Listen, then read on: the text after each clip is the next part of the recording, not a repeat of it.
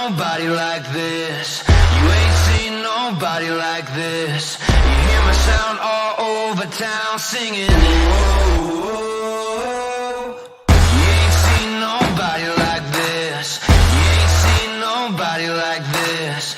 You hear my sound all over town singing. Whoa.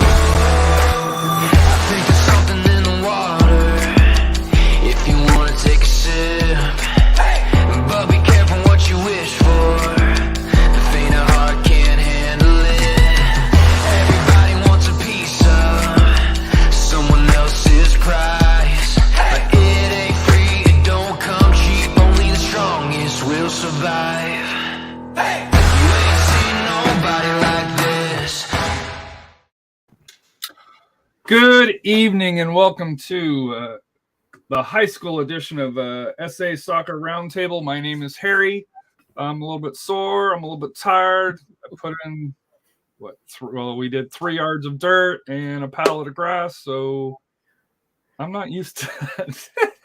I don't think you'll be able to help at Toyota Field put in the grass.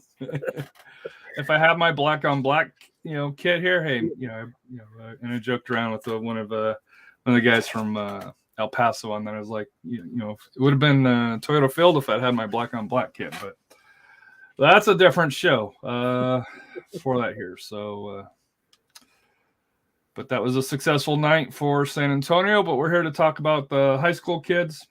Last week, right? Yeah, this is the last week. I think the final games are next. There's a couple leg games on Monday, depending on, I know, for one district, and then possible, playing games or seeding games before the district certification on Tuesday, on the 22nd. Wednesday on the 22nd. I know, Tuesday on the 22nd. So normally we go through my SA to kind of verify the stats because UIL pushes the max preps. However, not everybody does max preps, especially if you get down in the Corpus Christi. It seems like Corpus Christi down in the Valley area. Some do, some don't. So we're going to kind of go through and take a sneak peek at the brackets with the best information that we could. Coach, welcome. What's going on, guys? We're starting the show as whining about how tired and sore I am already, but that's from the means you failed at your job. You're supposed to have the kids are supposed to do all the hard work, man. I tried, and I could see me being in my my dad's role when especially my son, where he's got that smirky half pace, and he knows he's doing it, and I'm just like, just go, because before it's not like me growing up where I got a boot to the butt, we'll just say.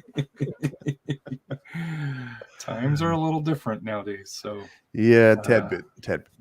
But he is also in a walking boot, so I couldn't be too hard on him. But I was just like, come on. He's milking it now. He's milking it. He has learned that, but when he's got to keep his boot on if he wants to get back on the pitch this year.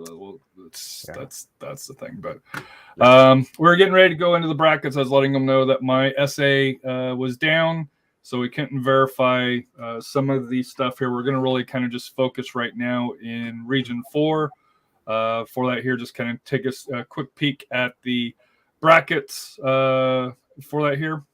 But before we do that, Rafa, did you see anybody this weekend? Did you go visit anybody, or what was this past weekend like for you? Well, just besides the home opener, I didn't really get to see any games because I came in from Laredo. But I did follow up on some games. There was a couple upsets. I know last night Johnson was the Johnson boys knocked off Lee, which now they're like a virtual tie for that second place spot in that district. So and it's going to come down to the last game, which is I think Friday, and they may have to have a play-in game depending, or they may flip a coin, one or the other, whatever they do with their district. Another surprise was the Taft girls knocking off the O'Connor girls, and the O'Connor girls pretty much had the driver's seat for the district title, and Taft had other things, had another say, and they basically handed the title to the Brennan girls, and so the Brennan girls are now the number 1 seed for 29 6A, and O'Connor is going to end up as the runner-up. But we couldn't confirm that officially as of yet. So, well, more likely, I think that's going to be. And then a couple Southwest, both boys and girls won their district titles again. And then there's another big game tomorrow for a district title for girls for 27 5A would be the Edison girls and the Jefferson Mustangs. That's going to be it's basically winner take all game tomorrow. So if you have a chance, go check out that game. So it's a lot of great, and then also we did have like a kind of like a playoff tune-up. The O'Connor boys knocked off the Reagan boys 3-1. So I don't know how you can measure that game. If, I'm sure they played everybody. They just try to avoid injuries and just to kind of keep their shape up and so forth. So, but it's a good confidence booster for O'Connor boys. So, to not beat a team like Reagan, so has been tearing it up in their district. So those are some of the highlights from these last few days. Coach, what have you been up to? Nothing, just figuring out, back in that mix, getting back to work, back to school after the week off. Just making that adjustment. And then, got during spring break, got some stuff done around the house, a lot of stuff done on the podcast. And then, just like you guys got to take in the first SAFC match of the USL season. Yeah, hold on 1 minute here, and I think I have an error on the bracket here. I want to see if I can get that corrected here real quick. Because I don't think there's a Bernie Davenport. Yeah. And I did do a Power 15, Power 25 for the state. that was a little tall task for Coach on Sunday. So I'm sure I know I had some tweets like, "Hey, where were we?" And why we're, like I said, I did the research, looked through them. Those are probably like my contenders to probably get to the regional tournament and state tournament. Yeah, I didn't know if you had already mentioned it. So the RPI, the Rafa Power Index, the pound for pound top 25 made its historical debut on Sunday. Definitely a few hours after that 9 a.m. shot in the arm podcast that you guys had on Sunday. So that was I know Rafa was telling me about that one. Yeah, let's get here. Hold on 1 minute here. So who's giving you grief, Rafa, about the just some here? I guess in Region 3, they're like, "Hey, where's our team?" Like, I was like, "Hey, I'm looking at your." I said, "Hey, you're on the bubble. You're like Texas A&M, but you're just gonna go to the NIT route." But so you think you got to drop a graphic with the next five in, right? Yeah, I think you got to drop one of those in post. Keep people in suspense. All right, so I think we got it up and running now here. Let me just get this set up here. All right, so this is girls 4A. This will be Region 3, Region 4, but as we mentioned, we're just looking at the 4A side here. So round 1, at the top of the bracket, you got Beeville Jones, which won 28 against the fourth place team Somerset from 27. Idea Montepolis versus Davenport. And these are all kind of estimations. There are some that still have matches left here. Uvalde won 27 versus the fourth place of Gonzalez or was it Palacios? Palacios. So we couldn't determine who on there. Bernie versus Austin Achieve, runner up in 26 versus third at 25. And unfortunately, 4A, there are some sides that we couldn't make a determination just because there wasn't enough information. Brownsville.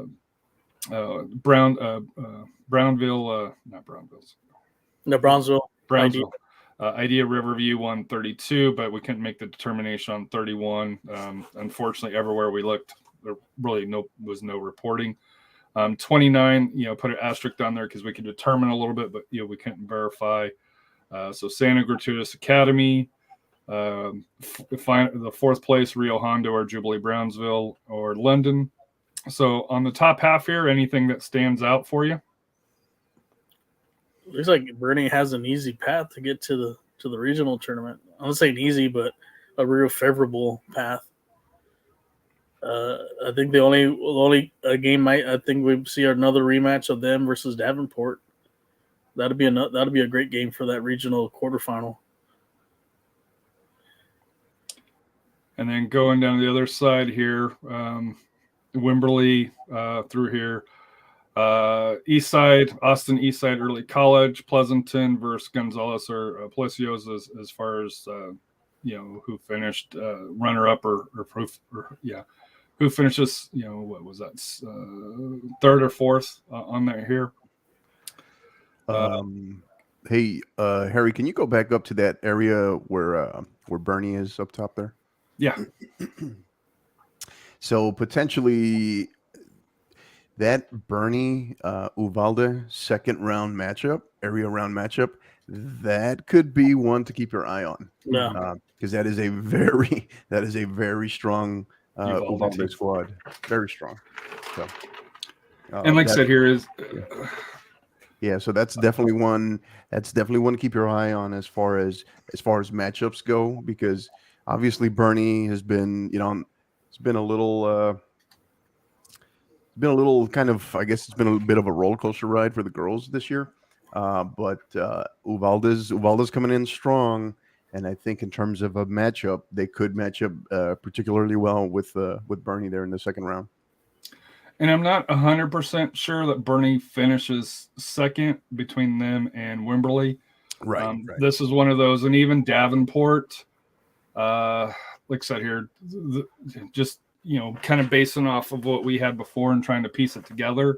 Correct. This is kind of a best efforts one on here. So correct. This is assuming these current results hold. Correct. Right, and that Max Prep is correct. Because my SA was down, and then I kind of looked at it with the standings that I had from earlier in March, where they had Wimberley in first and Bernie in second here. So some of these may change between the certification date and now, just to give a full heads up. But yeah, the Uvalde teams looked very impressive so far. Yeah.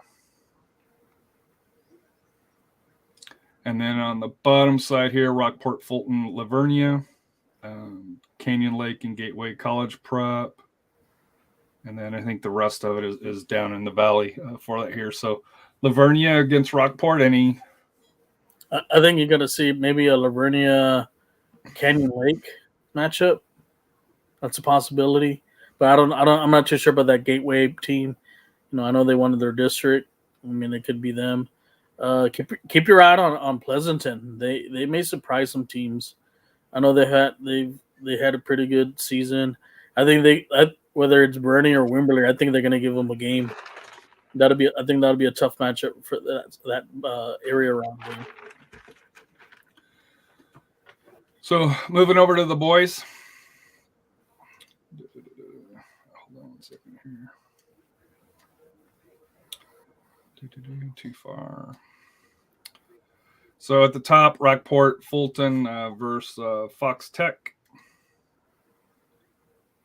1 second here.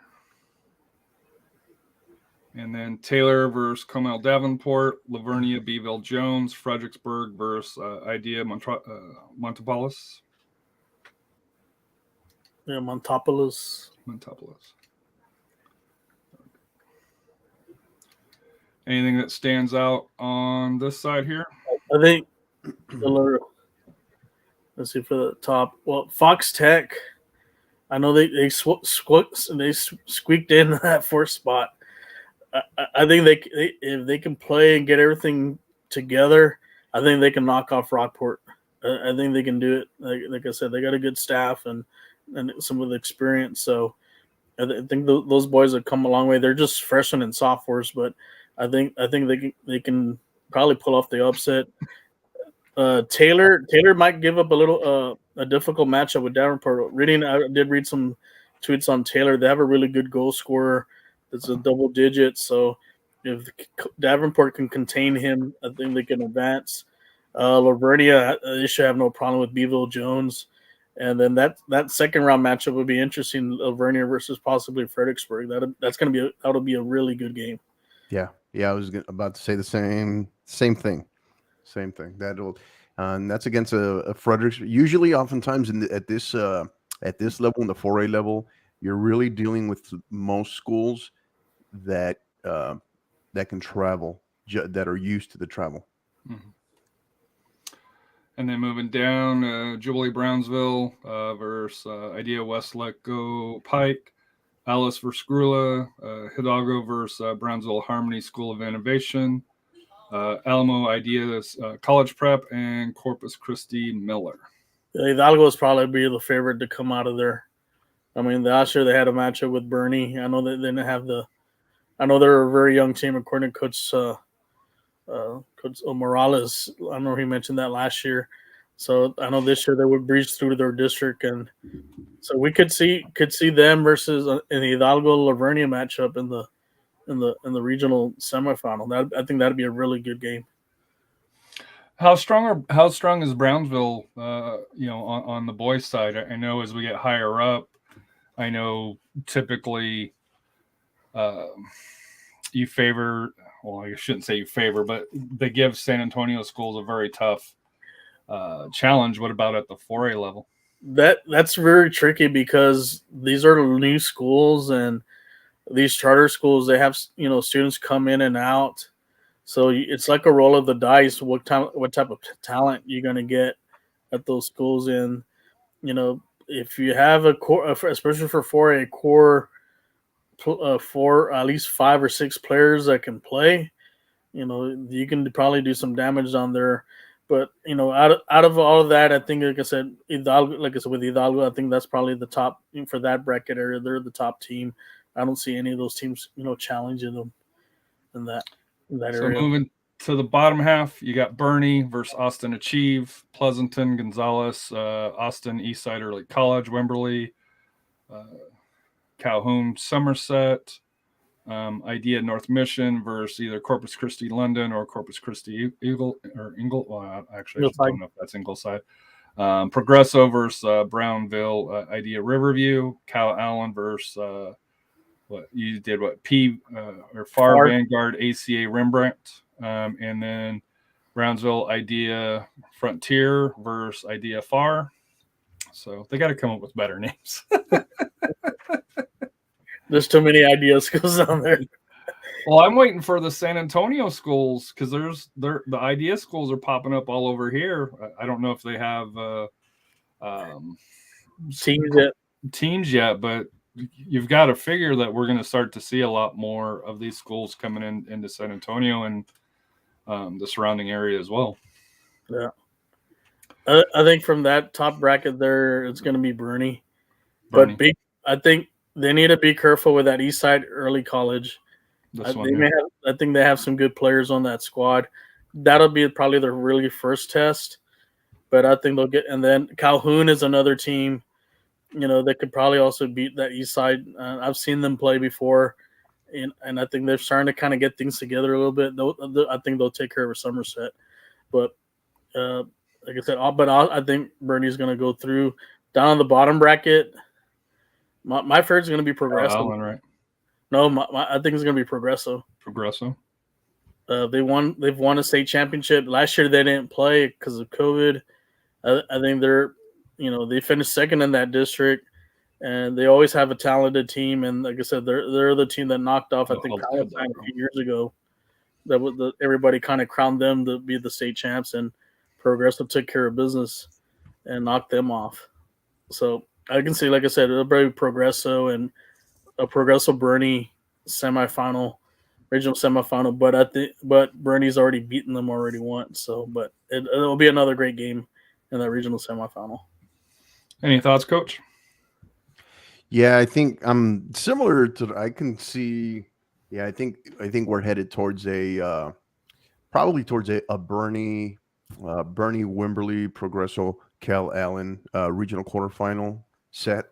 And then, but I kind of like, I think we're ultimately seeing a kind of a collision course here between Bernie and Cal Allen coming out of this area. Moving to 5A, we'll start out with the boys this time here. 1 second here. Hold on. Don't want to advance Southwest tonight. Southwest versus Burbank. Georgetown Eastview versus New Braunfels Canyon. Lanier Harlandale. Alamo Heights Georgetown. So we'll just kind of do the top bracket here because these are a little bit more complete and I think a little bit more realistic as far as where teams will be. I think, Southwest should take care of business round 1, but that second round game might give them some. Is going to give them a test, especially if it's Eastview from Georgetown. Because usually your Georgetown teams always have good squads, and I know last year they got by them. I think got by one of them to get to the regionals. So Southwest should get to the Sweet 16, and Alamo Heights is probably looking for a little revenge, not necessarily against Georgetown, but after losing that first round at Cedar Park, depending where that game is, if Alamo Heights can get to control of that game, I think they should advance. And Lanier should take care of business with Harlandale. And that'll be a really interesting matchup, that Lanier versus Alamo Heights game, because Lanier's got a couple good, real fast forwards that can put the ball in the net. And that could give them little problems, in that game. But I think eventually, Southwest, we'll probably see a Southwest, maybe Alamo Heights in that regional quarterfinal. Coach?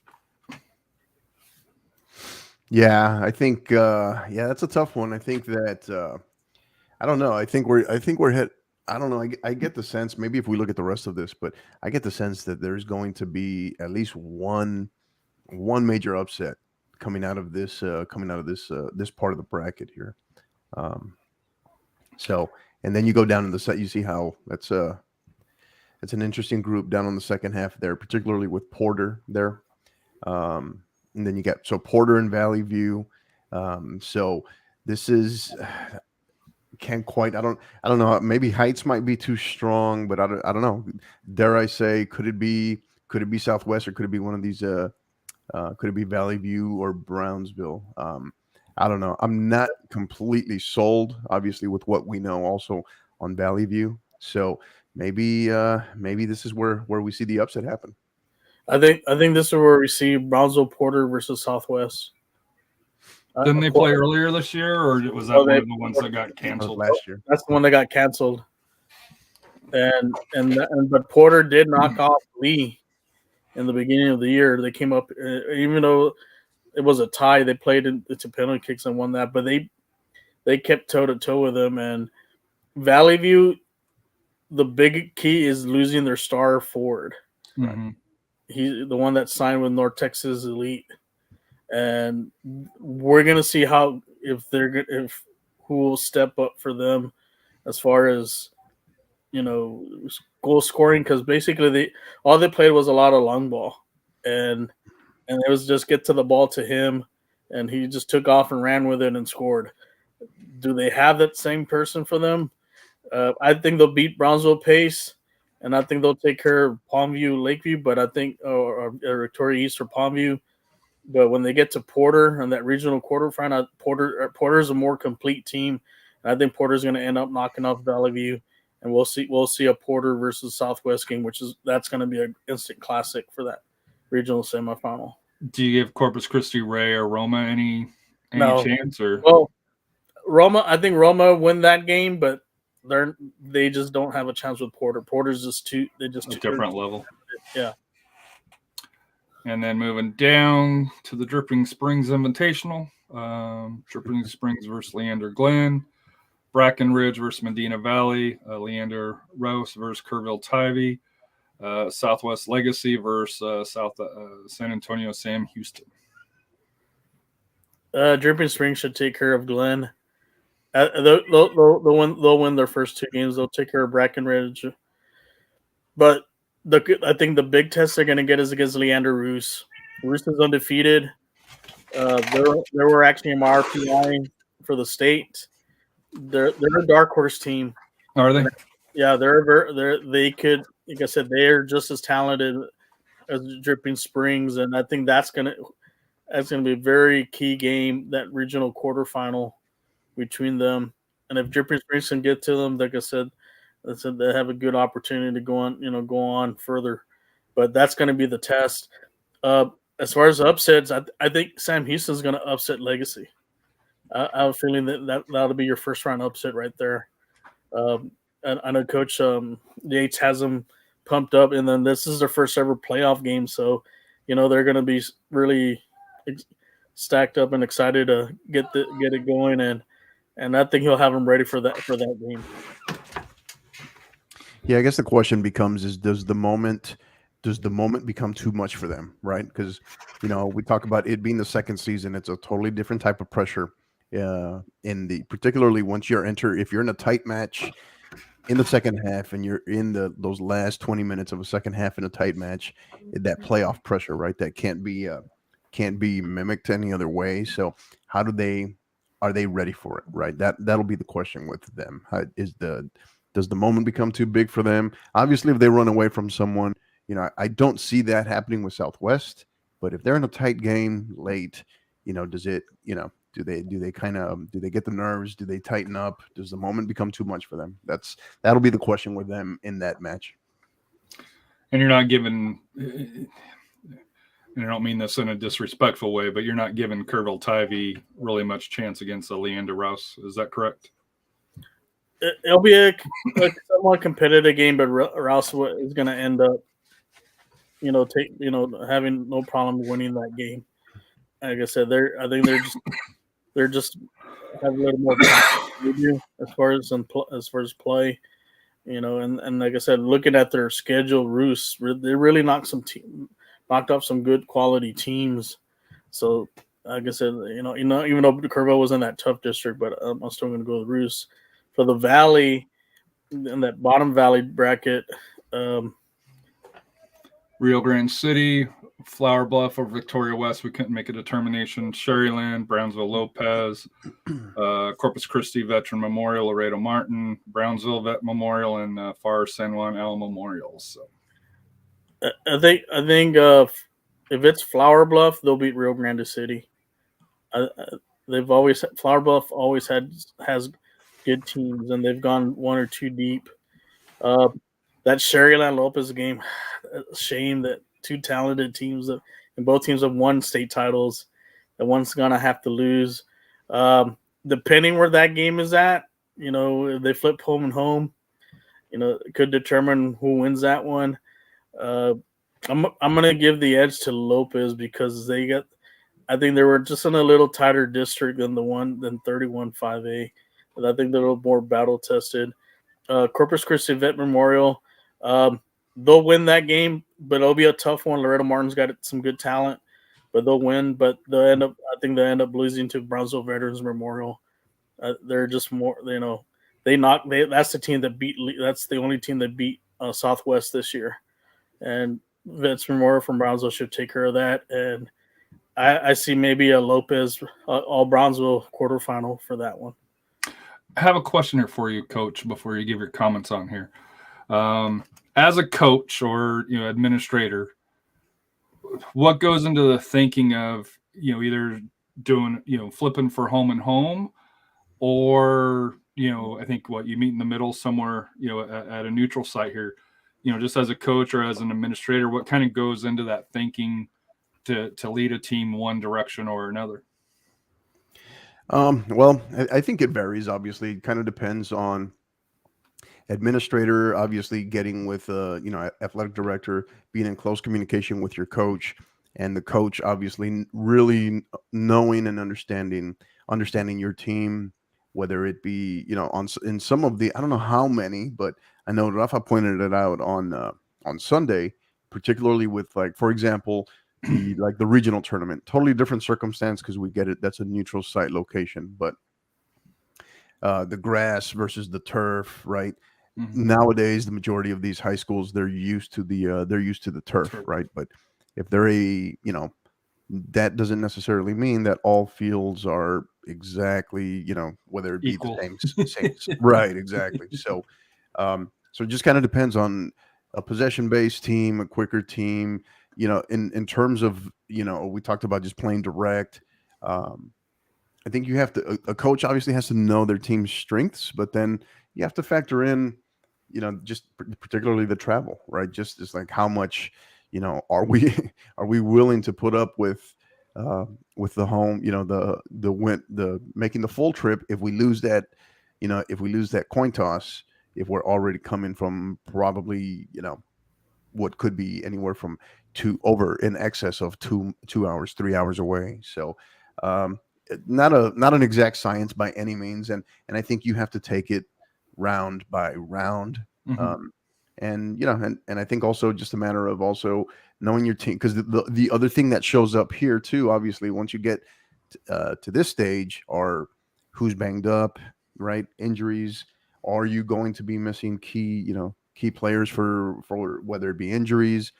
Sometimes you run the risk with these weekend games, um, these potential matchups on Fridays or Saturdays, is some of your club players could be out as well. So I think that all of those components collectively kind of help shape the decision. And unfortunately, those decisions usually have to be made really fast, right? Mm. So because even if you're going to meet up at a neutral location, you still have to try to neutral site. You still have to now reach out as an administrator. You have to now reach out to the administrator at said, whatever said location that neutral site is, to try to, now find a good place with the administrator from the other school where you guys feel is going to be quote unquote neutral. Rafa, any thoughts on picking the location, whether to split it or go for the home and home? Usually, I know we've done home and home, and I've done neutral site. It's wherever you think you're comfortable at. Another thing to mention is the referees. You got to agree with the referees too. Usually you don't want to use their chapter, or they don't want to use your chapter, so you have to find a neutral chapter, for those games and so forth. And I remember when we used to play, we played one. What was it? One of the Corpus Christi teams. We had to use this. Like I said, we use an Austin chapter for a playoff game. So because they didn't want us to use any of the San Antonio Reds, because supposedly they knew us already. So that comes into play too. And keep in mind that that's actually a great point by Rafa, because the other aspect of that is this year what we're really going to see, unlike in years past, is they are so short on officials across the state. Some markets more than others, some chapters more than others, but that is really going to play a factor this year in terms of having to schedule outside when you would normally want to, whether it be date or time. Forget about the location, but date or time, you're just going to be in a scramble to get officials, period. So you're not going to necessarily have the luxury of saying, hey, we don't want officials from this chapter or this chapter. Let's try to reach out to this chapter. You're really not going to be afforded that luxury this year. So moving back to the 5A ladies here. 4 here. You got Southwest versus Somerset, Liberty Hill, Bernie Champion, Edison Jefferson. Speaking with Rafa, it's a winner gets all versus McCollum. Actually, I have that incorrect here. I have Bernie Champion listed again. And I know that's not correct, so that's an error on my part. Or Georgetown. I can research who that's supposed to be here. I believe that's got to be either Heights or Buda Johnson, maybe. No, Kamal clinched the girls. I think they clinched. I think Canyon. Yeah, but I thought that was the 4th. Okay, yeah, because Alamo this Heights is third and this is second and third. Yeah, I think the Alamo Heights girls are third. Okay, so Alamo Heights. We'll go with that here. I wasn't sure if it was Buda Johnson or Comau. So that's 26. So that would be a matchup then. That would put them versus Liberty Hill, right? You said Alamo Heights third, you said? Yeah, I believe so. Because the way they had it, I think that was going to kind of play out to that. So Alamo Heights, Liberty Hill, and then Bernie versus Georgetown. On the top half of that, the bottom half of this side here, Brownsville Porter, McAllen Row, Victoria West, Laredo, Cigaroa, McAllen Memorial, Ed Couch Elsa, Laredo Martin, and Corpus Christi Veterans Memorial here. So we'll start at the top here. Anything step out? Probably Liberty Hill. Could you zoom in a little bit? Yeah, I do have the Canyon Girls. They did clinch a playoff spot. It is, yeah. So it's I have Como Canyon at the 6th spot here, or the 4th spot. Pardon me. Yeah. It's Alamo Heights third and Canyon as the 4th. Right. Out of 26 5A.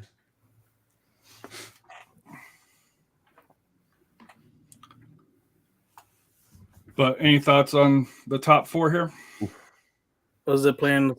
Southwest is playing. It's not. Somerset's actually a 4A. So I just messed this That's one up. probably going to be. It's one of the SAISD teams. What is that? That's 27 5A, correct? Yeah. Yeah, here, let me see here. Girls. Somerset 6A. No, they're a 4A. Did I flip them? That should be that should be Burbank. Is that right? I think so. It could be them. Because I know Jeff and Edison are one. They're going to be 1 or 2. 3, I wasn't too sure who that was. I don't know if that's 100% accurate, only because a lot of their games are missing. Yeah, so we had. Hold on, I got it here. So going back on here. This is 5A. So 27 was Edison and Jefferson. Third would have been Brackenridge or Burbank for that here, based on the last thing here. We don't have enough information to confirm this right now. Yeah, as far as for final, but yeah. But we know it's not 10 and 4 for district. So I think Brack is the 3rd place team. I think it was going to come down to Kennedy and Burbank as far as if I'm not too mistaken, but I can double. Well, I had Brackenridge at 10 and 4 in district. Burbank was 10 and 5. Kennedy was 8 and 6 at the last update that we had. So, like I said, I think Brackenridge would have been closer to a lock with Burbank for that 3rd spot, and then for the 4th spot, the final spot on 20, or that was 27. The 3rd spot was.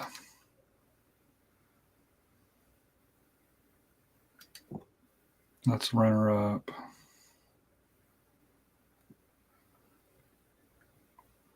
I don't know, this bracket's all jacked here, so I'll have to fix on that here. But Southwest, Liberty Hill, Bernie Champion, Georgetown along here, or you give Edison or Jefferson, whoever wins that 27, a shot to go deep. I think for that top bracket, Southwest should win that game, but I don't see them getting past either Liberty Hill or Alamo Heights. That's going to be a very good game. Those are 2 state quality programs, state ranked programs there. That can go either way, and that's also going to depend where they play that game at too. That game's probably going to play like in San Marcos or somewhere or maybe New Braunfels, or it could be in even Dripping Springs. But whoever wins that's probably going to get to the regional, because we're missing who are we missing on the bottom. So yeah, Brownsville Porter, Conroe, Victoria West, Laredo, Segura, McAllen Memorial. Mm-hmm. You don't mind zooming in a bit, Harry? Huh? You don't mind zooming in a little bit? A little bit more. Yeah. And one more. Oh, hold on 1 second here. Oh, no.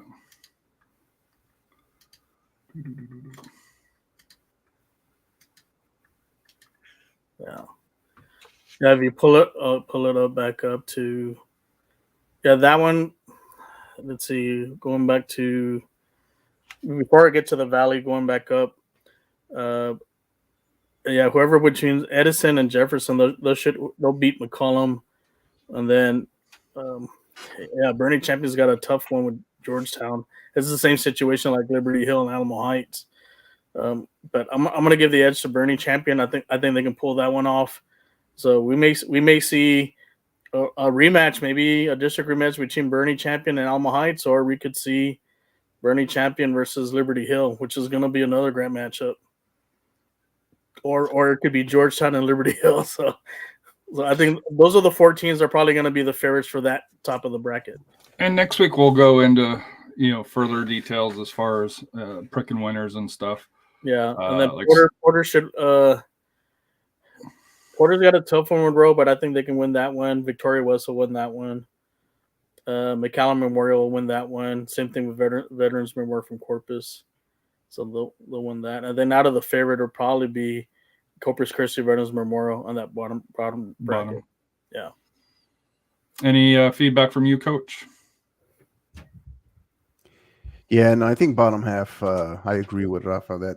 That top half, that's going to be, you're going to have two like potential, what would be maybe regional quarterfinal matchups in the first round. But I do like that if that matchup holds, which I think it is. I'm kind of leaning, maybe we'll look at it again officially next week, but I'm kind of leaning Liberty Hill over Alamo Heights right now, just from what we've seen and what we've covered. I know Rafa and I haven't covered their game. Now, granted, it was against Dripping Springs as well, but I think, but I don't know. I think in terms of where they're in terms of in form right now, I don't know. I'm kind of leaning Liberty Hill right now. This is a very strong half of a bracket right here, and then you got Southwest there as well. Bottom half, you agree? Corpus Christi Veterans Memorial. Yeah, absolutely. I think, in a half where you have Bernie Champion, Liberty Hill, Alamo Heights, and Georgetown, it's real easy to forget about Southwest up there. But no, I agree with Rafa on the other half though. I think the one thing with Southwest is, that district they're in, is that going to come back and help them, and not be, because if you look at the district that Liberty Hill and Alamo Heights, Bernie Champion, Georgetown are in, it's a playoff game every game. Right. Yeah, they're battle tested. So it's a matter of and that's something maybe in the future, maybe Southwestern is to realize that maybe we need to play a much tougher a non-district schedule, play tougher, those type of caliber teams to measure up where we're at. That way we're not surprised, especially the speed of the game, because the speed of the game is a lot different from some of those teams. And we'll touch base on the realignment because that came out today as well. Let's see if maybe that kind of helps them out or not for that here. So the bottom half, Dripping Springs, the loser of Edison or Jefferson versus Southwest Legacy, Dripping Springs versus Leander Rouse, Cedar Park, Comel Canyon, Alamo Heights, Medina Valley. But you said Alamo Heights was up there. So That'll probably be your. That's probably That 26. Is that third or is that supposed to be fourth? That's third. Yeah, so Alamo Heights is not playing. So that means Comal. Davenport. Well, Comal Canyon was the fourth one. Yeah, because we can't have 326 in the same. Yeah, so one of those is off. So Oh, that's right. There was an error on that. That's right. So, I guess we got to confirm which one it is, right? I can confirm it here. UIL.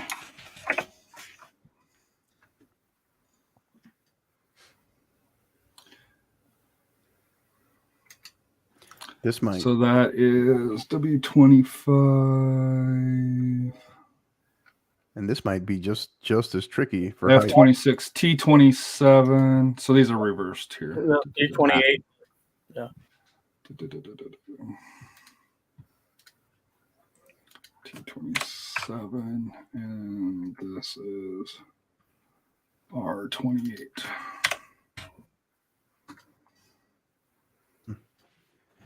Now, while Harry's and updating, I know Medina Valley's locked into the R28.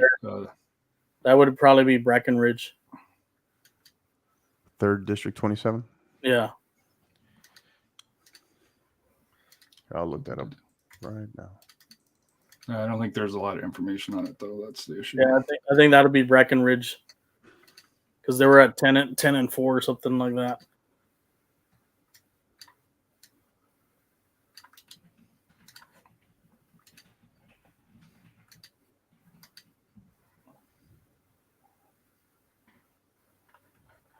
Yeah, I mean, if that's true, if that holds up, I mean, if those are accurate, because I know Burbank did beat them, but yeah, it's got to be either Brack or I think Burbank. Yeah, it's Brackenridge.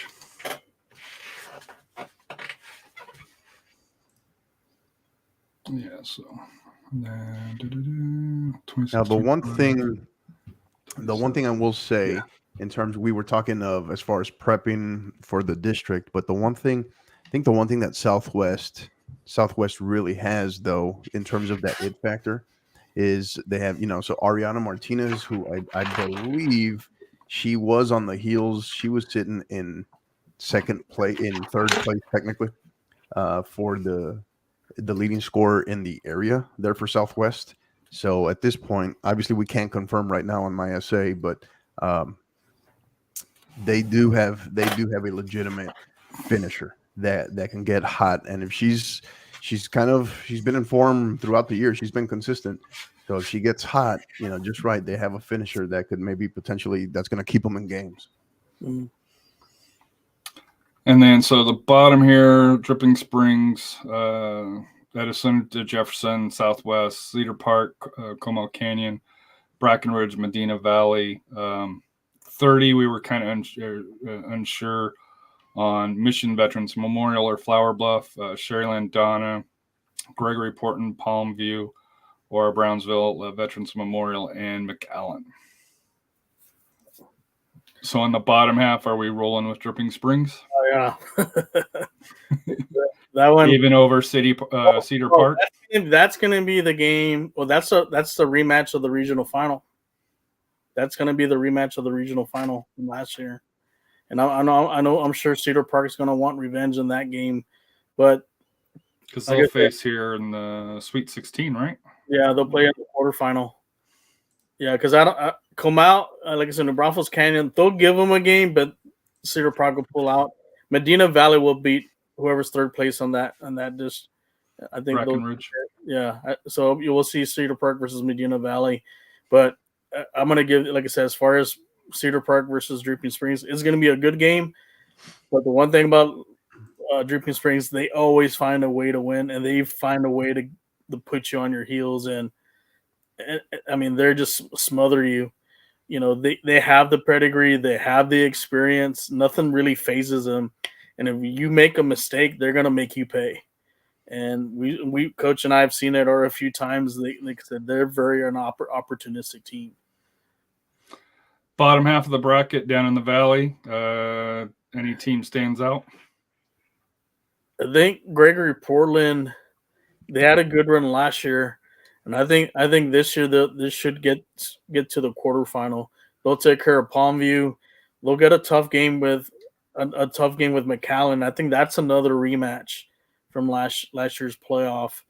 McAllen's got, like I said, they should win their by district showdown. Sherryland, I think they'll win that one. I think Flower Bluff upsets. Who's that on top? Mission.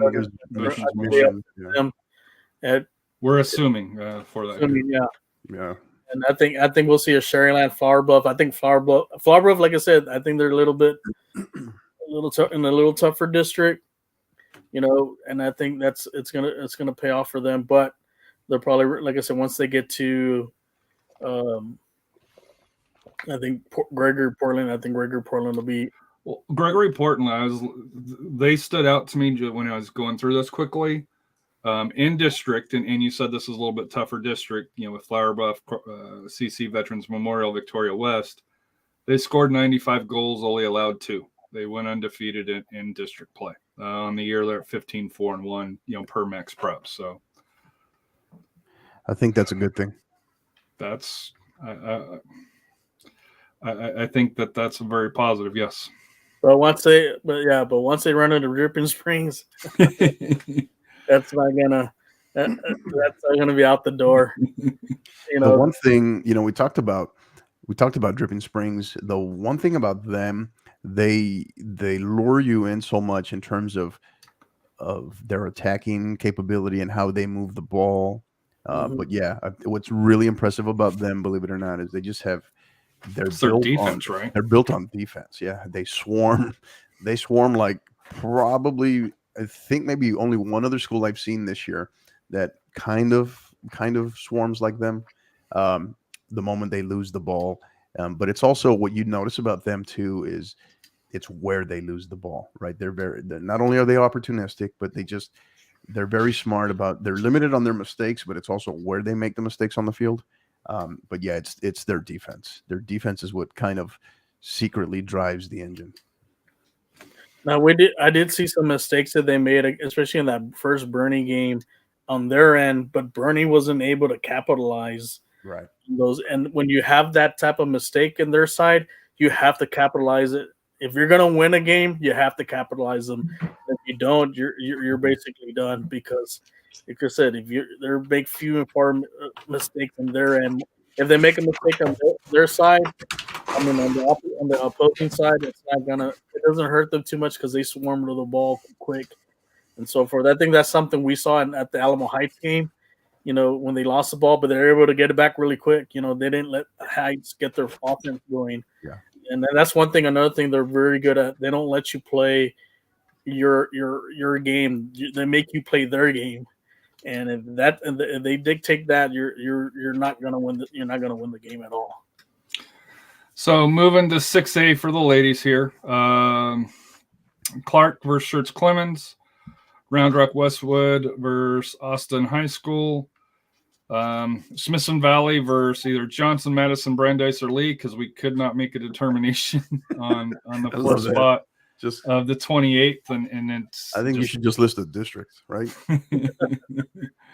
Well, they're all grouped together, and like I said, with my SA down, it was impossible.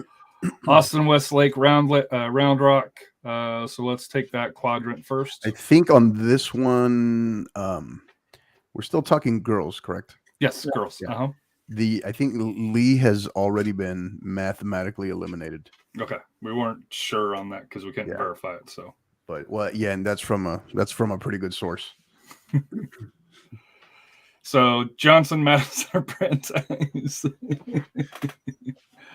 I didn't think late, but it was one of those where you couldn't make that determination. I know, right, yeah. I mean, I get it. And to be fair, I just found out, it was just confirmed. I had it confirmed yesterday. So we'll take Lee off of there. So now you just got Johnson, Madison, or Brandeis or Smithson Valley, but does it matter? Yeah, it's a lot easier now. I think Johnson probably got the third spot.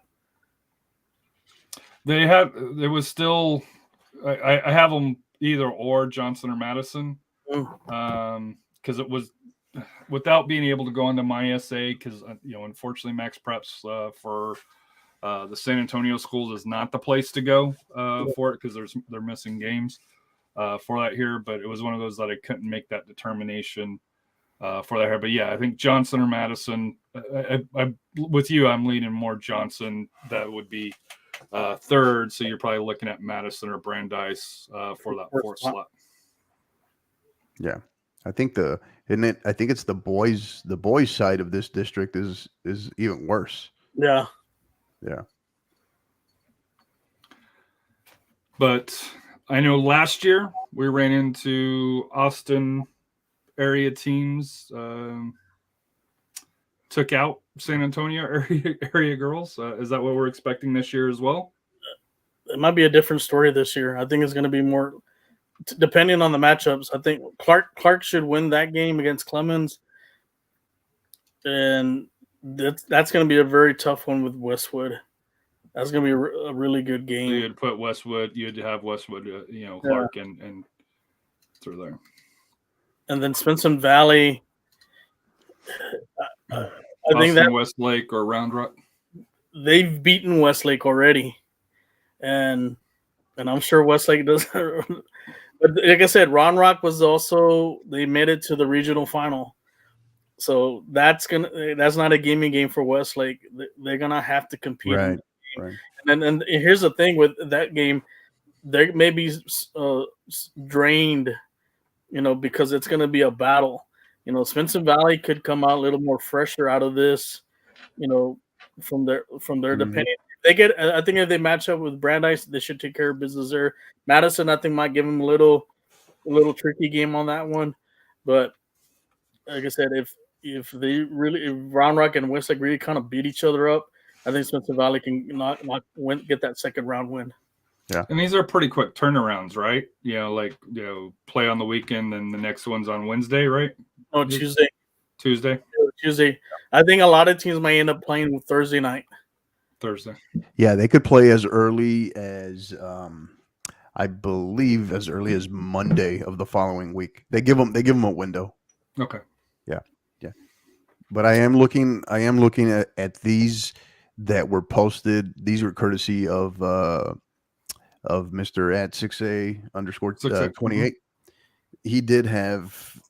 So these were pulled from my SA. So it was Clark, which we know has clinched.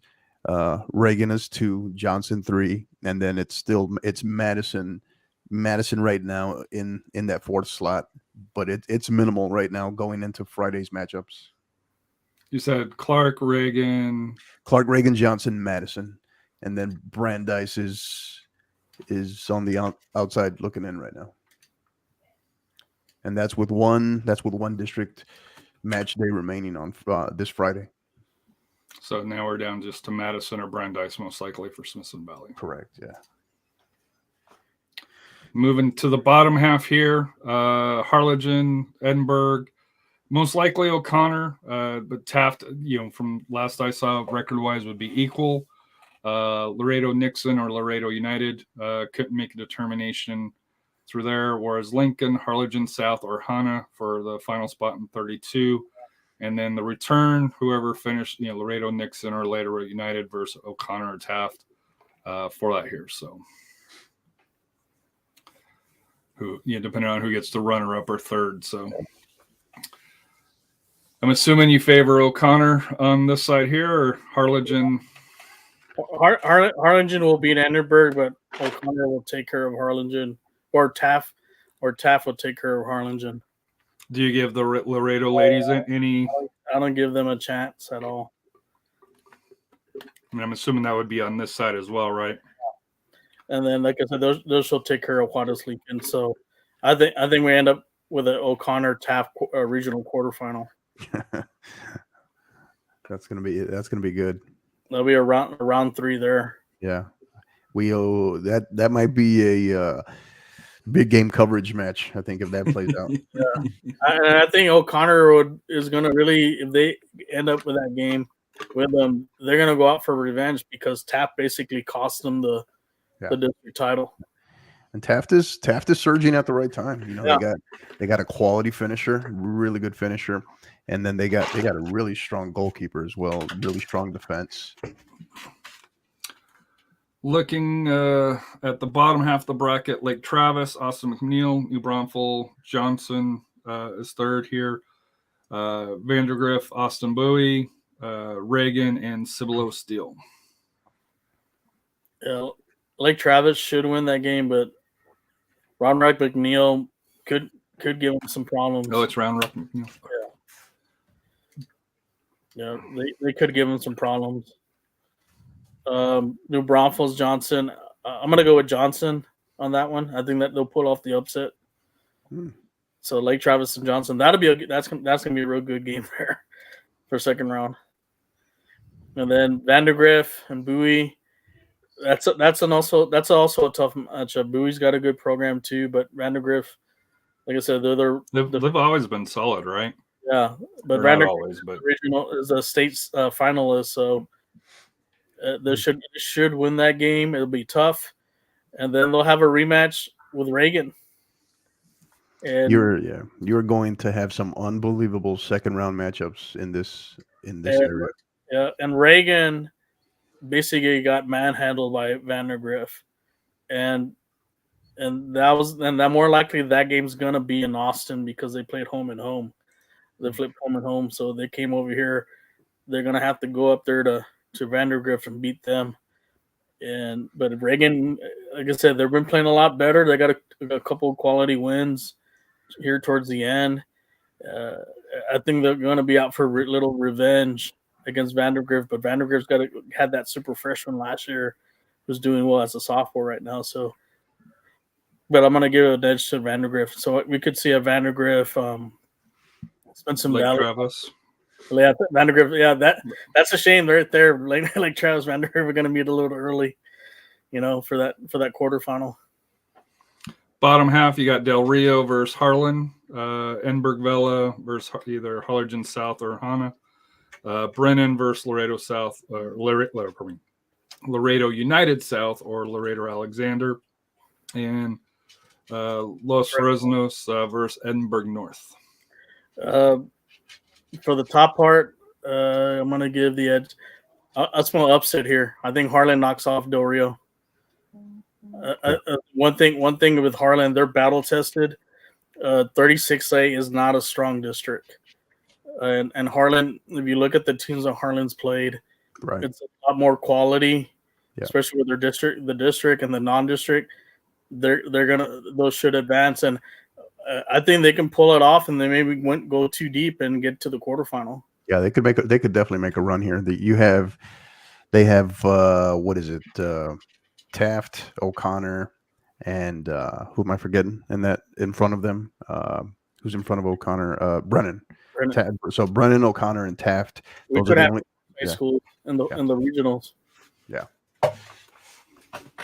And I know Harlan was in a battle to get in and for that here. So, and then Brennan, I'm assuming you got them coming out of this quadrant here. Yeah, we'll probably have a Brennan Harlan Sweet 16. Yeah. And kudos to Coach, with Harlan. They started slow. They started a little rough, but she's got them on the right track. So if it is Harlan Brennan, the winner, do you like their chances at all against, Lake Travis, Vandergrift? Because I think those are the two favorite that you pictured, or even Reagan for there. But I think you guys both leaned to the Austin area schools, out of the top half of this bottom section here. I think Lake Travis and Vandergrift is going to go. They have to go through a tougher route. And their path is a little bit tougher. And who's to say, injuries could pile up, wear and tear. And the one thing is also the regional tournament is going to be at Blossom. So they have to travel down here to San Antonio. And like I said, Brennan or Harlan, it's basically like another home game for them.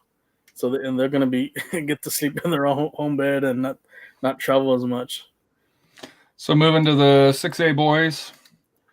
For it here, you got Reagan, New Braunfels, This was, well, I had Austin McNeil. Is that Round Rock McNeil? That corrected here. Austin Bowie, Smithson Valley, Brandeis. That is an immediate tricky matchup there for Reagan, right there. Well, that's a rematch from last year. Right. That's a tricky match. That's a New Braunfels team that's surging with confidence after, pulling off one of the biggest wins of the season, biggest upsets of the season. They're well coached. I think they're pretty young from what I understand. And I don't know. That's just Reagan will be favored, but I think that's a tricky matchup. That was the upset last year when Braunfels knocked off Reagan in the first round, which we were shocked about that. We all thought Reagan would probably go, maybe 1 or 2 deep. But I think Reagan, like I said, they're Reagan. If they play like they normally play, they get you out of sync. Yeah. It's kind of like the killer bee swarming deep press. They should win that game. And then they have really good goalkeeping. Yeah, you end up with both of the 6A boys, behemoths here. They out of this area, right? They both end up with some tricky matchups here with Reagan with New Braunfels and Smithson Valley with Brandeis. Again, Brandeis, that's also a team that just beat Lee, right? So and then in the bottom half, you have Austin Westlake versus Round Rock Westwood. That one to me sticks out a little bit. I think it's upset on that one because they have not played well, and they lost to Del Valley, which they usually pound on. And like I said, they got 2 losses. A loss with Lake Travis. So Westlake's a little vulnerable. I think Westwood could surprise team. I think it's kind of the same situation like Round Rock McNeil. They're another tricky team. They could get hot, here in the playoffs and go deep. And then I know one year they did go to the state tournament. That's nobody saw them advancing far, and they ended up doing that. So yeah, there's going to be some really tricky matchups in these first 2-3 games. Yeah. On this side. And then looking at the bottom bracket too, you got Brownsville, Edinburgh North, O'Connor versus Laredo United South, or Nixon or Del Rio because they couldn't make a determination. Well, United got actually. I think United South and Del Rio are actually playing right now. Okay. So they're playing right now. So whoever loses that game is most likely out. Yeah. Is probably going to get the 4th spot. I think Nixon is waiting to see. They need some help, so it's going to come down to who gets in, who doesn't get in. Whereas Lincoln, Los Fresnos, Laredo United, and then Marshall. Do you give Marshall much of a chance against Laredo Alexander? I think Alexander. I think Alexander's going to win that game. And then I'm assuming Juarez Lincoln you have going through here. You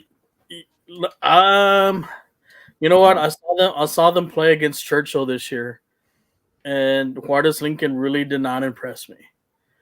And don't be surprised if Los Fresnos knocks them off. I think Los Fresnos can do it. I think they're a little bit 32 6A is a little bit tougher district than 31, but like I said, I'll give the edge to Juarez Lincoln, but don't be surprised if that's an upset there. But that'll be up with Alexander. I think Alexander is probably going to get to the Sweet 16. So bottom half, Travis versus Round Rock, Clemens, either Lee or Johnson. I'm not sure who finishes 3rd or 2nd on that here for there because they were even, I think last I saw.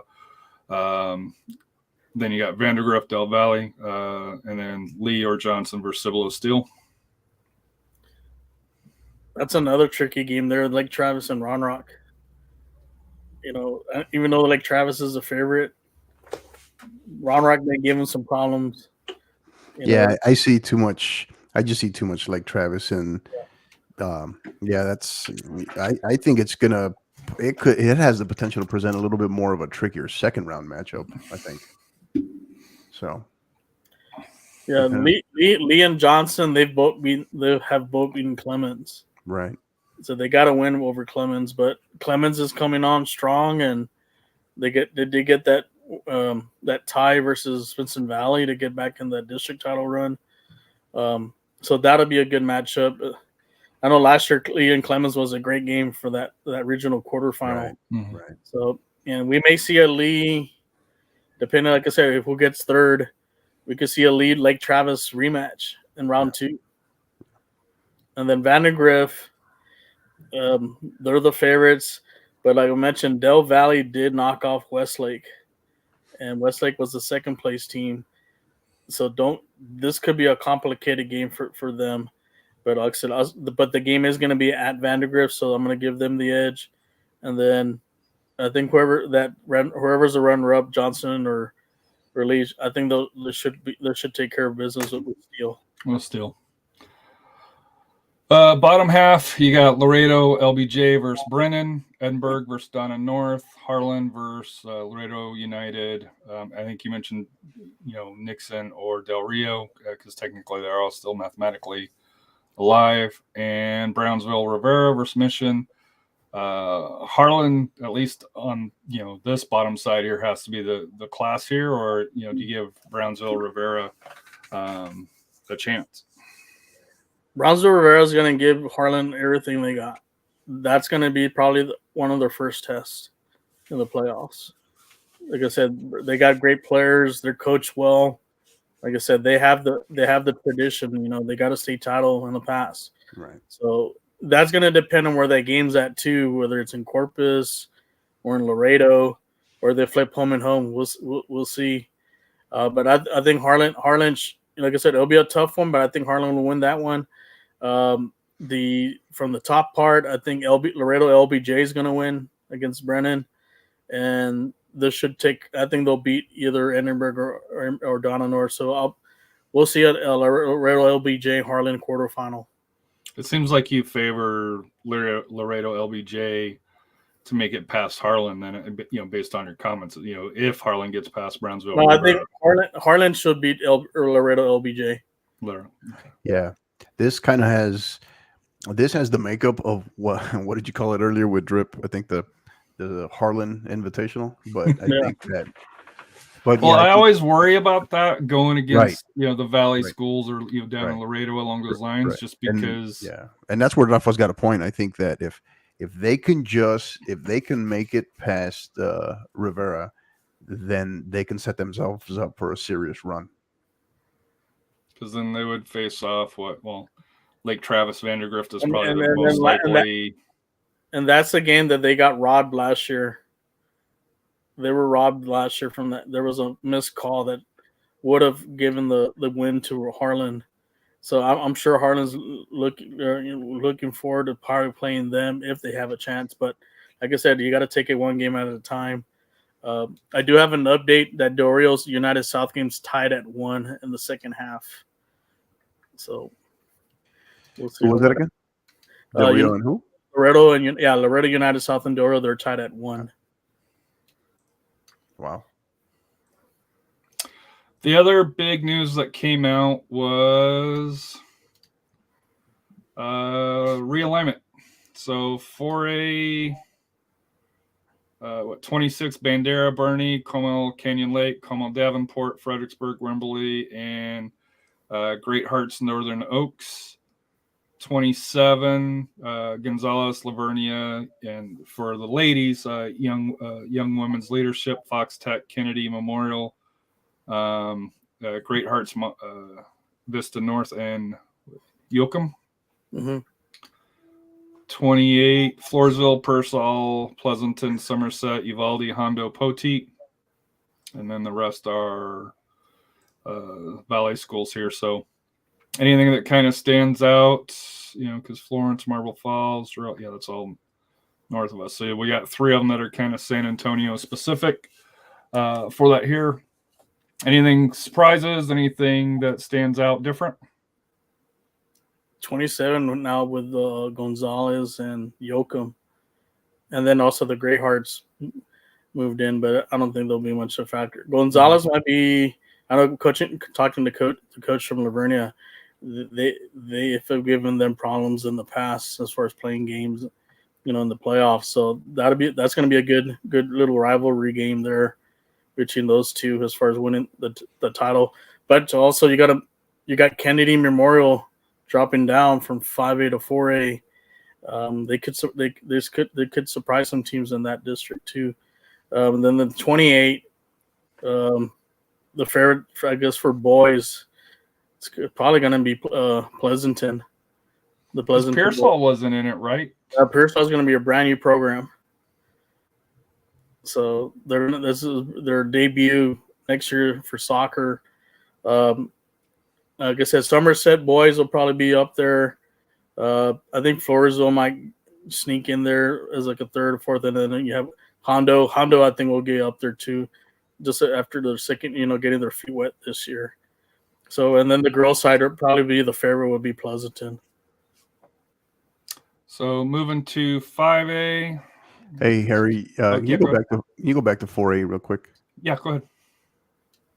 Just something I wanted to highlight. I mean, it's not Region 4 specific, but we're talking 4A, probably the single biggest shakeup in all of 4A across the state. If you go to District 1, that district literally doubled. So the El Paso district, it went from essentially having 5 schools teams, right, to now having 10. So that's gonna be an interesting dynamic there. I mean, San Eli's now got some comp with. You got Austin. Yeah, Austin and Bowie will be legitimate competition coming down from the Riverside. Yeah, and when Riverside was already there, but what this district looked like previously was consisting of Clint Mountain View, Riverside, Fabens, who just started their first year this year, and Sanelli. Now it doubled, including 3 teams that who are dropping from 5A in Austin, Bowie, and Irvin. So is there any way that they could kind of shift those a little bit? The only reason why I ask is you mentioned 10 there. Like District 8 only has 6. And I know some of it's a little bit moving around. Yeah, it'll come down to travel. That's really what what really drives it. Yeah, particularly because of those harmony schools. Mm-hmm. Yeah, I think that's the other variable there. So the harmony schools are like the idea schools that we have over here. Exactly, those are your charters, your public charters, your UIL charters. Because if you look down at if you go down to District 2, that's the next closest district, and you're talking there. Hours away. Yeah, you're talking everything north and east of Midland, Odessa. So that's why they group them into 10. And there's no way they can create more districts, right? And the reason why I ask is because you look here, like District 4, it's 5 teams, and I know you mentioned this was 5 teams as well. When it comes to playoffs, obviously only one team's going to be missing the playoffs here compared to 60% in a 10 team. Yeah, and I think and that's usually one of the biggest arguments that people make when they come out of the alignment, right? When the alignment is announced, is these committees. It's like, hey, why not? But I don't know. Sometimes one of the biggest things that we knew coming out of when they were meeting going back to in October and leading up to February's numbers being not only reported, but then the initial, right, the tentative, was they were trying to stay away from as many 4 and 5 team districts as possible. That's what they were trying, is particularly your 4 teams where everybody kind of advances. Got in, yeah. Yeah, they were trying to stay away from that as much as possible. So. And I think that's the only one, just looking at it here. It looks like everybody else is fairly decent sized. And you have a lot of 4A teams now adding soccer programs, and that's what's causing the increase in the districts. Yeah, this is kind of a ripple effect that you're seeing across the state, whether it be public or private, because I think I mentioned it to you when TAPS announced their alignment as well back in February. This is going to be the first time where the 4A or the D3, right? With the 4A, TAPS is equivalent of a 4A. This is going to be the first time where that division is the largest. It's typically it's the 5A Division 2. That's usually the largest, but for the first time ever, it's going to be the 4A Division 3. That's the largest. You're seeing an influx of the smaller schools. So could you see, obviously not this year, but maybe in, let's say 3-4 years, or maybe even a couple of years, where maybe they bring in a 3A for soccer to kind of that's been the argument. Weed out some of the schools. That's been the argument. That's been the push. That's been, I think, once you start diving into the 3A and the more rural areas, sometimes I know you have athletic directors, you have school boards, right, ISDs, that they become a little bit more hard pressed in terms of whether it be not just the numbers, but the funding for that. So that's why they've tried to fight it. But I think if you see this projection at the 4A level, if it continues to grow, inevitably that's what's going to happen. And it's like what you mentioned, Harry, earlier about the idea schools, like the ones here in San Antonio. They end up putting soccer. You're going to have some 10-team districts here. And well, you just look at 6A with NISD. You're moving NISD schools over to the northeast side. At this point, I think there's 3 of them now. Mm-hmm. And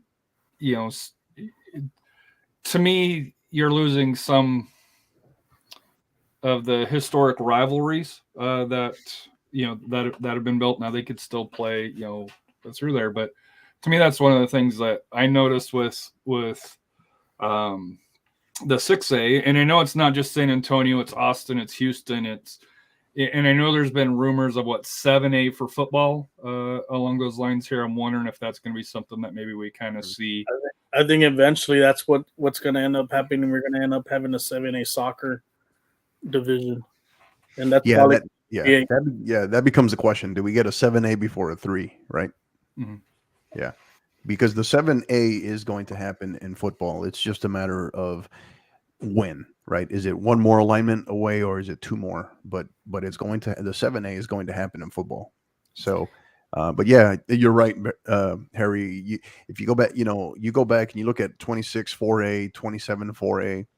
Not only do you have the ideas, but then you also have the harmonies out there, and then now you have in this region, in this area, you have the Great Heart schools, right? You have Northern Oaks, Monte Vista, those schools as well now. Are KIPP schools or Jubilee schools too in the future.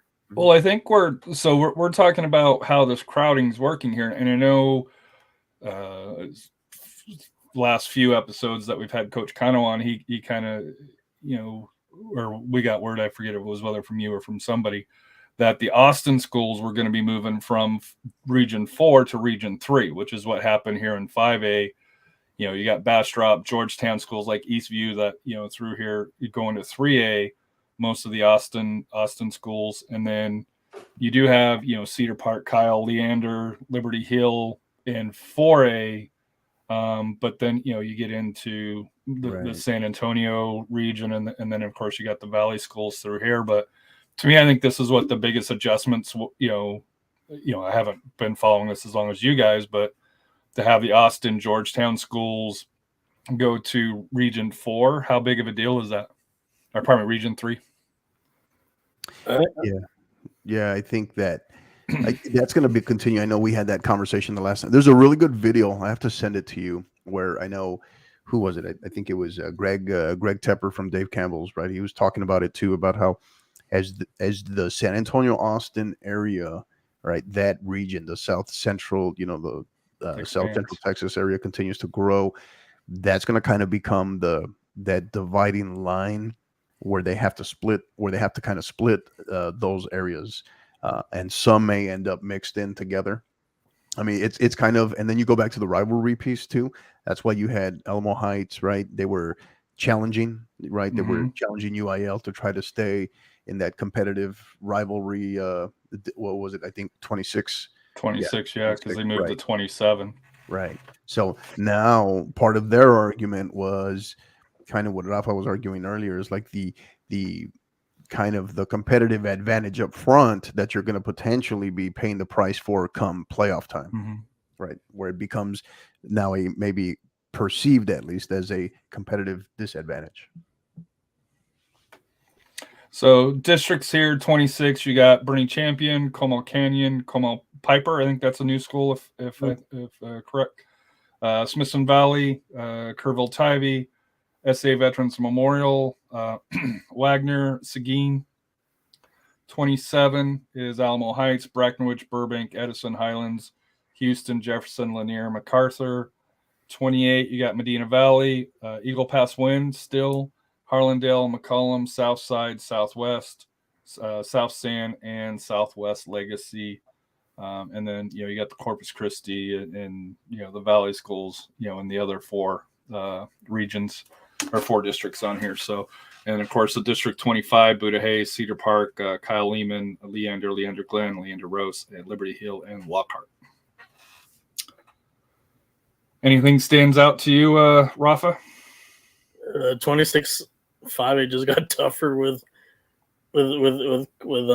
Smithson Valley and Piper too. Even though they're still a new school, they got everybody returning back, so they're gonna be a contender. Bernie Champion versus Smithson Valley is going to probably be the game of the year for that district, for both boys and girls. I'm sure the Bernie Champion boys have a bad season this year, but I think they'll bounce back. So that'll be the game to watch. And then 27 5A, I think Alamo Heights is going to dominate that district. MacArthur will be able to contend and get a playoff spot. You're really going out on a limb on that one, Rafa. 27 5A. So here's a question that I have. Is there any reason why they didn't switch Seguin and Alamo Heights? Because like I said here, this is nothing against the Seguin kids, but to me, having them play, the Brackenridge, Burbanks, Edison, I think probably would have been a little bit more closer competitive wise along those lines, or do they got to try to balance it out? Where you don't just have a heavyweight division. And I'm sure that was part of their protest with UIL, but I don't know. I know that question was posed, and I'm sure that was part of it. But yeah, I don't know. Any thoughts on that, Rafa? I think he stepped away for a second for that here. So I know you're from El Paso here, or you have ties to El Paso. Anything that sticks out for the two districts over in El Paso, right? Yeah. No, just some minor shifting here. 3 6 district. So you'll notice 2-5A will stay largely the same. The only difference is you now have Conatillo shifting over to District 1. And then 1-5A is the one that looks significantly more different, because a couple of those schools that you were just showing in 1-4A, they left that district to go down to 4A. So they literally went from 1-5A to 1-4A. So no, these look relatively balanced. Historically, 2-5A has been the significantly stronger district at this level. But you have, especially on the boys side, you have multiple state champions in that district. But yeah, I think that's kind of what was expected. Anything stand out to you on the state side here, Rafa? The 9 and 5A and 10 5A. The Frisco schools, they keep on building schools, and I think they're about to build another one. Yeah. They're going to end up probably having 2 districts. Yeah. That will be your 7A, right? Frisco's going to have their own classification. Right? Yeah. I think eventually that's or they're going to end up being 2 6As or they may, kind of shift around to have 5As, but we'll see. What is that right now? Is that 12 schools? What is that? Yeah, the 1, 2, 3, 4, 5, 6, 7, 8, 9, 10, 11 right there. Yeah. Yeah, I think they were projected to have 12 to 14 schools. Wow. So they end up. Dallas has got 1, 2, 3, 6, 9. Yeah, that's a Dallas 12, 14. And then they also have Adams, Conrad, Samuel. Those are part of Dallas ISD. Right. and then Seagoville's also Dallas ISD. So they and Spruce. So those ones got kind of pushed out to the northeast side of Dallas with the Mesquite schools. Wow. Who's H? Do you know who H with Clinia Park? Houston, probably. Houston, that's all. Houston ISD. And one thing with Houston ISD, their enrollment's been going down a lot. A lot has to do because there are a lot of those because of schools like Harmony, and also there's the idea schools. Right. Those charters. Those charter schools are really in the inner cities are taking a lot of the student population. So you may end up seeing a lot of those Houston schools in the next realignment, maybe down to 4A, you know, and then you have the Austin ISD schools were all grouped together. I think they were petitioned because there were some that were supposed to be in 4A, but they got moved up to 5A this year. And normally, like Lockhart would be kind of linked in with them, but like I said, now they're with the which is kind of weird that they put two schools south of Austin versus Right. 4 schools in the South Austin area with the schools that are northwest of Austin. So that's kind of that's a drive there. Yeah, I think here it's going to be interesting because I think from our perspective, right, our region here, 26 4A is just going to be a kind of a battle royal, right? And with Piper will be immediately competitive, very strong right out of the gate next year when they're competing at the varsity level. But you got Champion in there, which has the pedigree, especially on the girls' side. And then Smithson Valley will be a gigantic factor, obviously, in this district as well. And then you got some schools there that you don't know what direction they're going to go, in terms of your, Canyon, Tybee. Tybee's been down this year. Historically, they're strong, they're solid. But then some of these other districts, these surrounding districts, I think, what is it? Is it 23A, I think it is. 23 and 24, yeah. Yeah, that one for 23 in particular is now you have a couple of schools that it's going to be like who wants to take charge of this district. It's going to be a fight for power. Like who wants to announce their presence here, that they want to be the power of the district. So I mean, and you've got some strong names there. You got Hendrickson. Yeah, Hendrickson's a tough team, especially on the girls' side. Georgetown, Eastview, both they were in the playoffs. Georgetown, and then Pflugerville. I think those are your 4 teams. Conley, I think Conley boys has a good squad. So you got 4 or 5 good teams in that District 23. Right. They're going to be contenders. Then that Killeen district, they have that new school, Chaparral. That's eventually a lot of the Killeen schools are going to end up dropping on the 5A in the near future. That's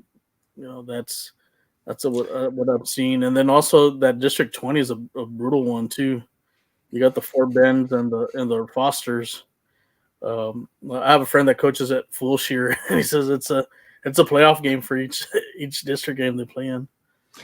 And I know it's real early, but come playoff times, is it better for the Austin schools playing the San Antonio and the Valley compared to playing, Houston area schools? Is there a difference, or is the path harder or easier? It's going to be interesting coming out this first year. These first year of the alignments are always interesting because to see who emerges. Because I mean, you look at 31 and 32 5A there. I mean, they're strong. They are strong. So it's going to be a matter of I don't know. I think it's too early to be able to tell as far as what is the preferred route, but I just see multiple districts here at this level, at the 5A level across the state, where it's going to be this combination of this balance, I should say, of, hey, can you make the argument that your district is that you're battle tested because your district is incredibly strong, or are a lot of these schools, they're just going to, beat the crap out of each other over the course of a season, and you're not going to have one or two true powers coming out of maybe each of these districts. That's going to be the tough one. I think if you're in maybe a 9 or 10 team district, and if it's not a strong district, I think it's imperative that you play a very tough tournament to play some elite teams. But Because most of these districts are 9-10 now, with the exception of Correct. 28, which of course that's one of your complaints against Southwest. Well, see, because you added now South San, and South San is traditionally not a strong team. So, if you're going to go up against, that second round game, it's going to be either Liberty Hill, or it could be a Bernie Champion, or it could be a Spencer Valley, or Leander Roos. You need to schedule some games that are that type of caliber teams. That way you know how to play against that type of speed. Yeah. Well, normally how they'll do it, they'll do what, 25, 26, 27, 28, and then you'll have 29 and 30, right? And then 31, 32. So for San Antonio, you'll have Alamo Heights, and this is probably their concern. We don't really foresee them having much trouble, with the District 27 at this point. Now, of course, things can change, but even if you add 28 there, Southside, I know they lost their coach. They're very, very competitive, this year, and they've been competitive for 3 years. But really, there's no, if you're talking about, getting to the Sweet 16, or getting past the first 2 rounds before really facing anybody that you think would be on the same level, right? Well, it's actually that second round game. If you go back to that bracket, for the boys, it's gonna be a tough matchup for them. I think it was gonna be Georgetown or Cedar Park. Well, no, I'm talking about the new brackets, not this year, but with the new ones here, because historically they grouped the 25-26. Yeah, but it's 27-28. So it's the same thing this year. Because 27, like the SAISD schools are playing the South San Antonio area schools in Eagle Pass. So for Alamo Heights, they're moving down. They're going from 26, which was, one of the top. They'll play a second round matchup with a 25 or 26. Okay. So it's important for. So they're still going to face them, yeah.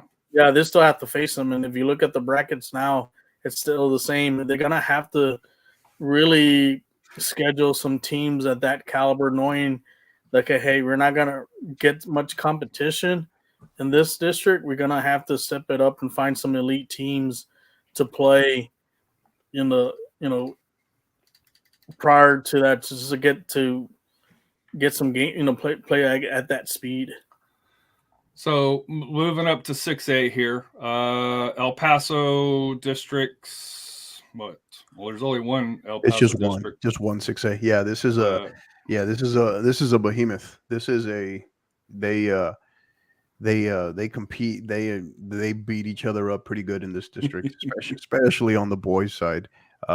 So be interesting to see what that's like as far as once Eastlake graduates their talent this year.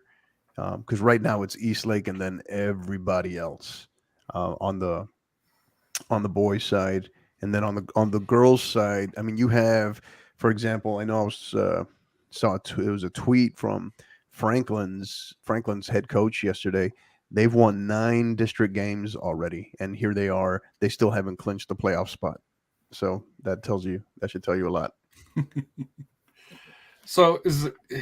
And I think you mentioned El Paso schools are, kind of going the other direction, but, this is already 3, 5, 9 districts. So you could fit one more team in there. Or do you think that, somebody will get booted over to District 2, facing more of the Midland Odessas?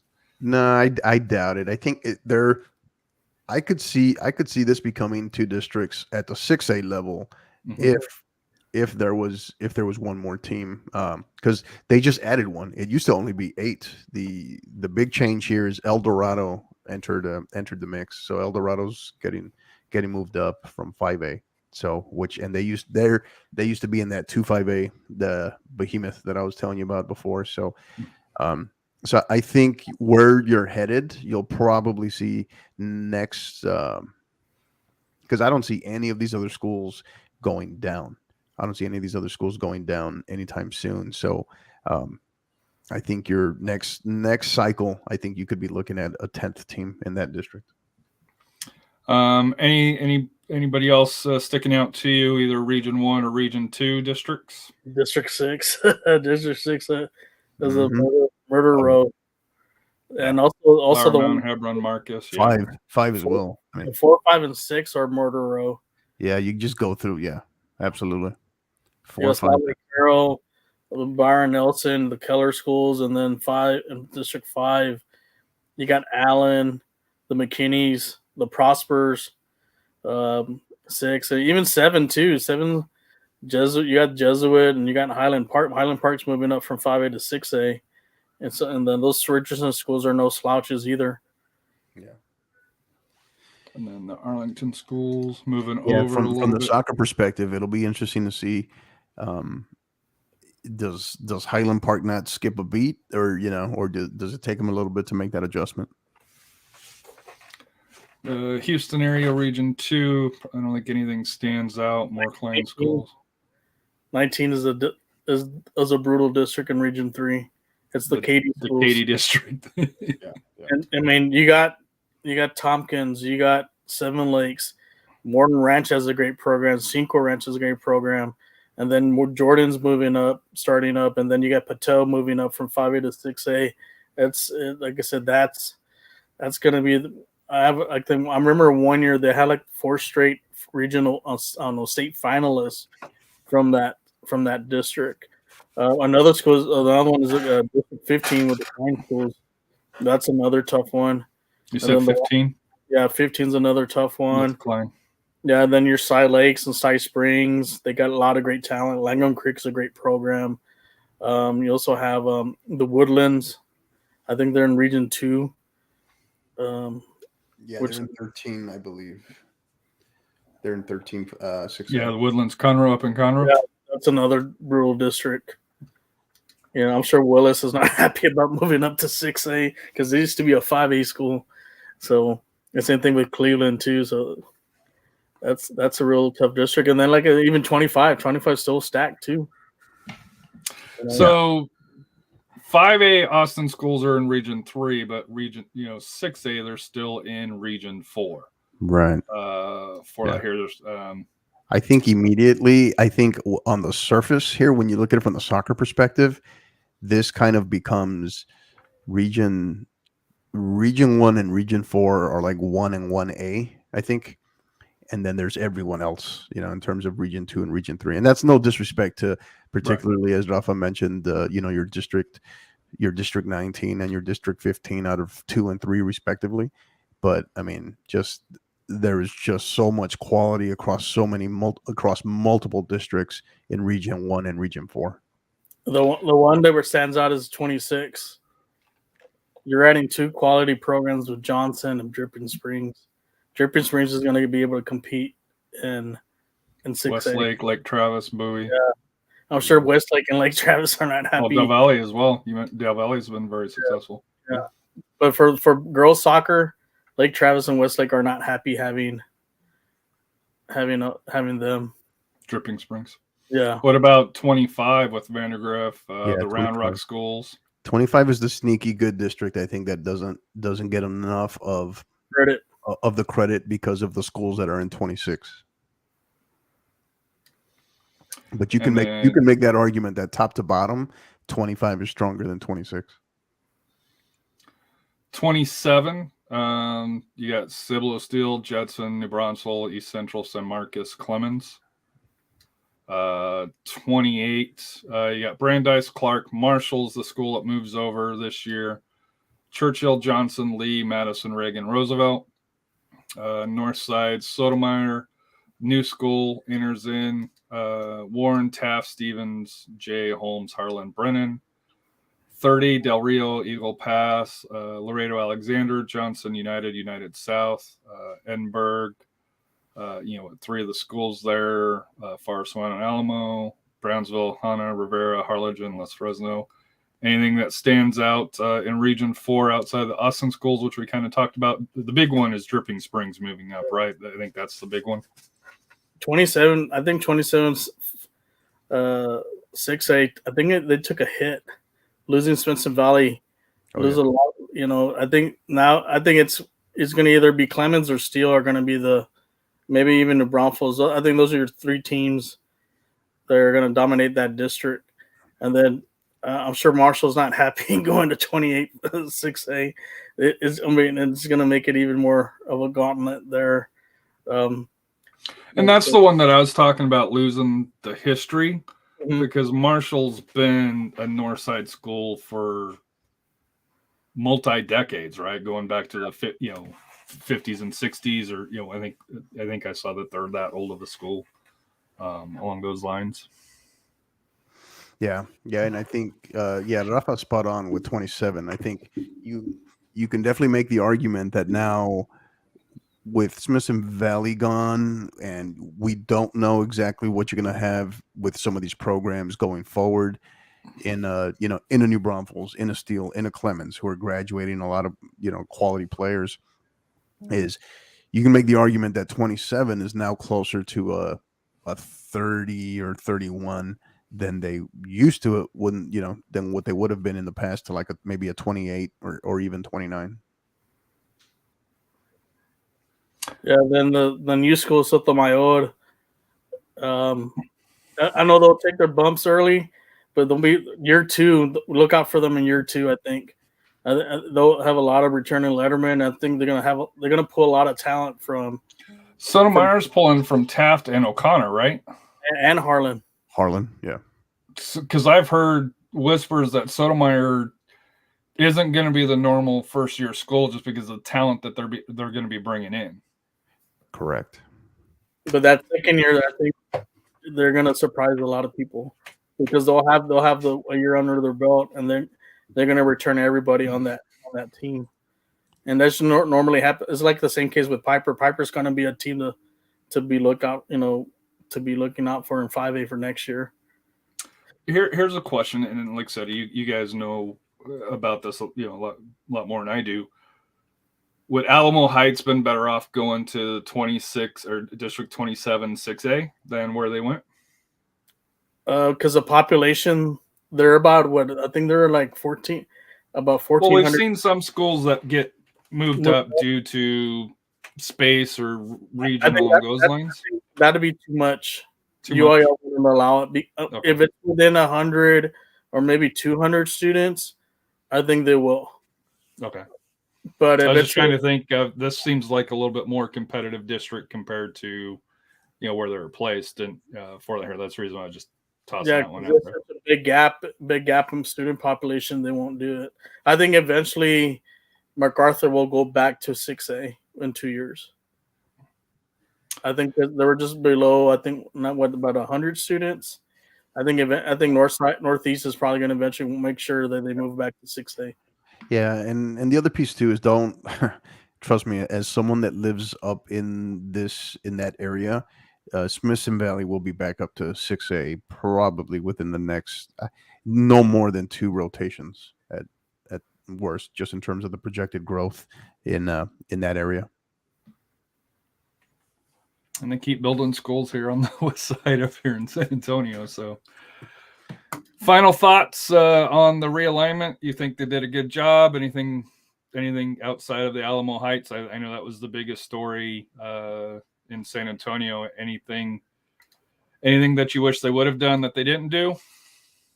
I think that's pretty much what was predicted.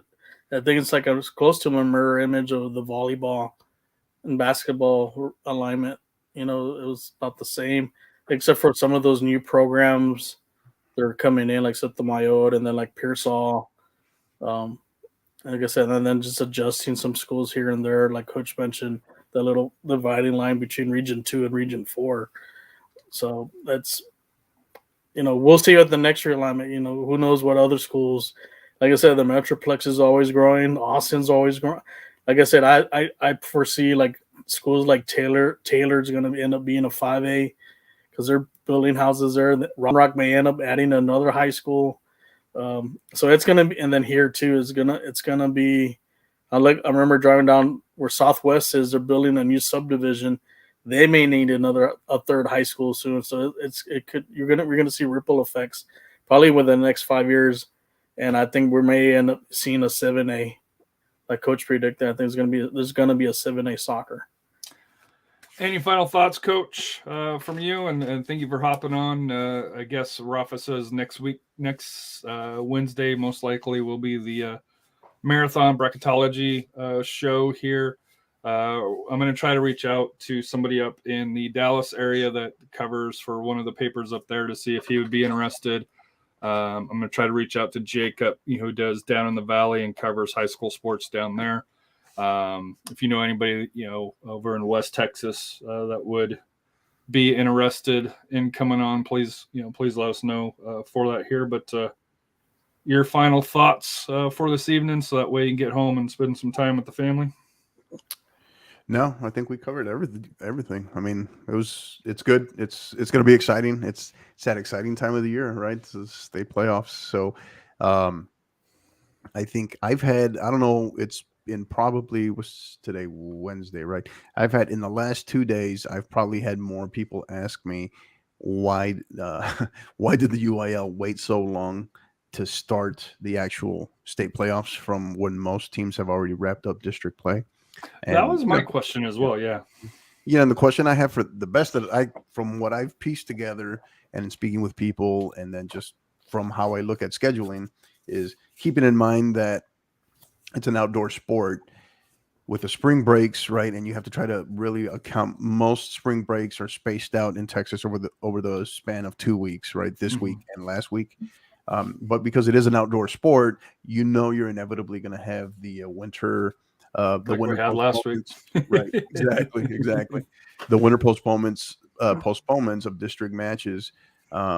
So for that reason, especially when you start talking about out in North Texas, the Plains, the Panhandle, and then out in West Texas, you're inevitably going to have at least one game where you have to reschedule a district match. So I think for those reasons, that said, I think UIL could be a little bit, I don't know, I don't want to say tighter, because you do have games. I think I've counted now at least 5 matches where they're still going to be played as late as next Monday, the March 21st, with district certification being the next day. So, yeah, I mean, here's 2 that I wrote down actually from when we were talking about the 4A matchup. Is you have Bernie and Bandera and Wimberley and Davenport. They're both playing on Monday the 21st. So those were 2 that I didn't know that were going to still be played. So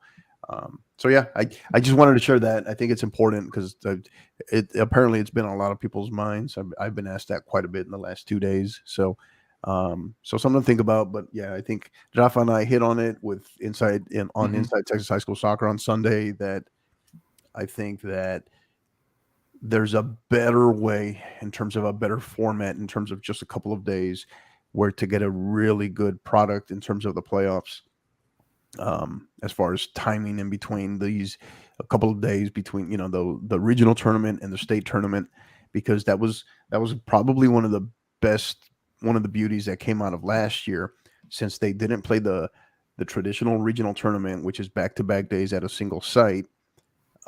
You ended up with a better, what a lot of people thought was a better product, right? Better games. So yeah.